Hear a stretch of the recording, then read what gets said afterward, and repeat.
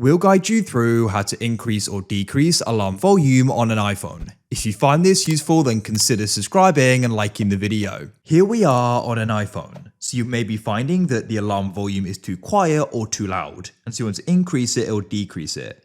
We're also going to show you a setting which can go and lower the alarm volume as well, so make sure it's full guide and you don't skip anything, as you may go and miss something important. So if the alarm is too quiet, this can end up meaning you can go and miss the alarm, meaning you don't wake up on time. If you're finding it's too loud, you can go and wake up just loads of people. So we're going to guide you through how you can go and change this. You may have gone and looked when you edit alarm or when you go and create an alarm and you're not seeing it at the volume bar. And perhaps you've even tried adjusting the volume on your phone, but that doesn't change it as well. So we're going to guide you through how you can go about this. It's much easier than you probably think, so watch this full guide. What we need to do is we need to come into our settings like so. Here we are.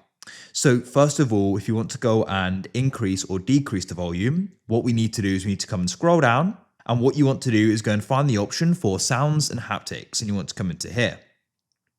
So the volume this goes and uses, or the volume control I should say, is a ringtone and alerts. So what you want to do is tap and hold on this bar, and you can go and decrease it or increase it. And you can go and hear how it's going to go and sound.